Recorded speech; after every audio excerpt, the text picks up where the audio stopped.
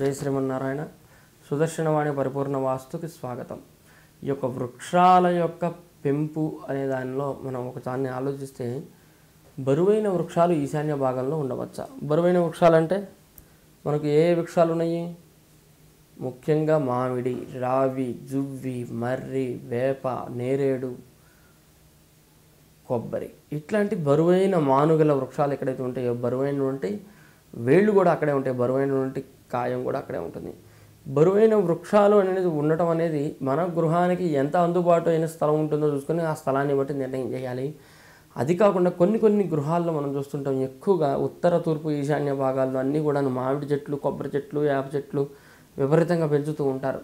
అది ఎప్పుడూ పెట్టాడండి మా తాత, మేము తీయబుద్ధి కావట్లేదు, కానీ నువ్వు మటుకు అక్కడే ఉంటావు, చెట్టు కిందనే కూర్చోవాలి, చివరికి చెట్టు కింద ప్లేడర్ లాగా నీ అభివృద్ధి అంతా ఆగిపోతూ ఉంటుంది, నీ ధనం అంతా ఖర్చు అయిపోతూ ఉంటుంది.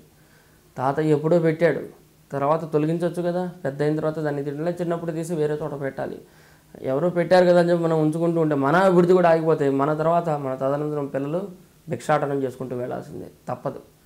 కనుక ఈశాన్య భాగంలో కావచ్చు, తూర్పు భాగాల్లో కావచ్చు, ఉత్తర భాగాల్లో కానీ ఈ మానుగల వృక్షాలు విశేషంగా మనం పెంచకూడదు. పెంచాలని అపేక్ష ఉంటే ఏదైనా ఒక స్థలం తీసుకోండి, రోడ్డు పక్కన నాటండి, అందరికీ ఉపయోగపడుతుంది ఆ వృక్షం. ఒక చింత చెట్టు బాగుంది కదా, పులుపు ఉంది కదా అని ఇంట్లో పెట్టుకుంటామా? కానీ చింత చెట్టు నీడ అనేది మంచిది కదా అని చెప్పి రోడ్డు మీద నాటామనుకోండి, అది ఒక 3-4 సంవత్సరాలకు పెద్ద చెట్టు అవుతుంది, అందరికీ ఉపయోగపడుతుంది అక్కడ. కనుక అటువంటి ప్రయత్నం అందరికీ ఉపయోగించే విధంగా చెట్లను ఎక్కడ నాటాలో అక్కడ నాటాలి. మన గృహానికి ఉపయోగించే విధంగా ఏ చెట్లను నాటాలో మనం ఆ చెట్లను నాటుకుందాం.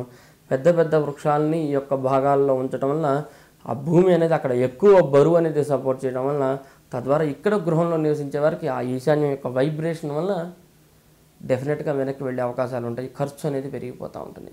అటువంటి ప్రయత్నం అనేది మానుకుందాం, వృక్షాలని నాటుదాం, కానీ అందరికీ ఉపయోగపడే విధంగా నాటితే అది అందరికీ కూడా ఉపయోగపడుతుంది. హరితవనాన్ని సృష్టించిన దాంతో సమానంగా ఉంటుంది. జై శ్రీమన్నారాయణ.